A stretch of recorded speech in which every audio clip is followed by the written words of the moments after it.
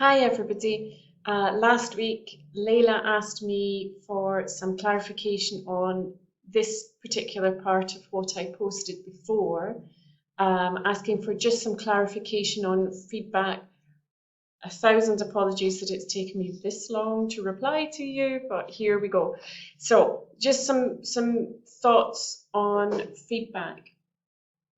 As I say, instead of ever saying, no, that's wrong, that's not right, I think there's a place for that. If somebody doesn't know what's happening because they haven't been listening, I have no problem with saying, well, if you've been listening to me or I'm listening to Miss So-and-so, you would know what to do.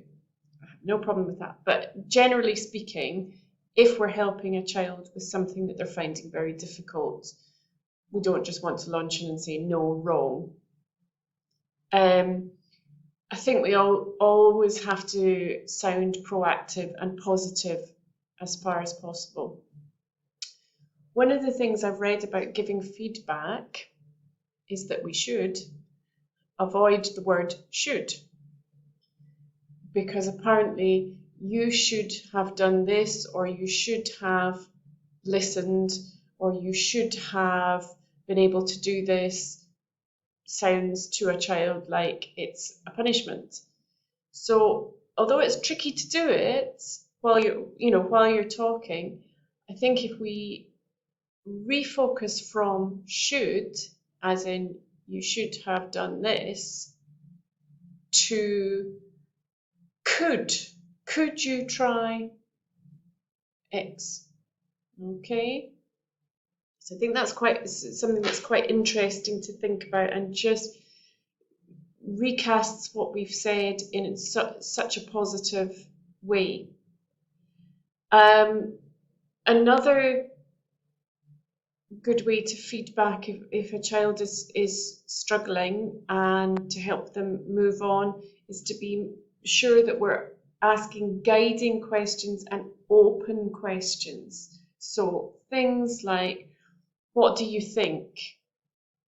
What's another way we could approach this? Okay. Questions that can be answered with yes or no shut down the conversation immediately. Open questions like, how else could we tackle this? What else do we need to know to get moving on this? Open up the conversation and hopefully allow the children to reflect on what they're doing, become engaged, and think independently.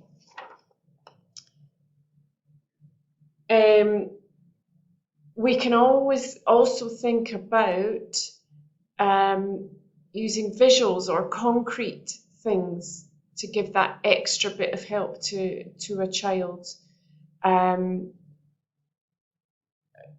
Children today, particularly with all the digital learning that they do, are very visual learners. So looking at something can help. So maybe that's something to explore. And I think when you check for understanding, hopefully when you've given a child some help, then they're ready to move on and dive back in. But I think if you check for understanding, and again in the most positive way possible, does this make sense to you? Do you have any other questions? Can you see what you need to do to move forward now? Okay, which links into what I'll be speaking to in my next video about metacognition. Okay, which I think is going to be I hope it's going to be a really valuable thing.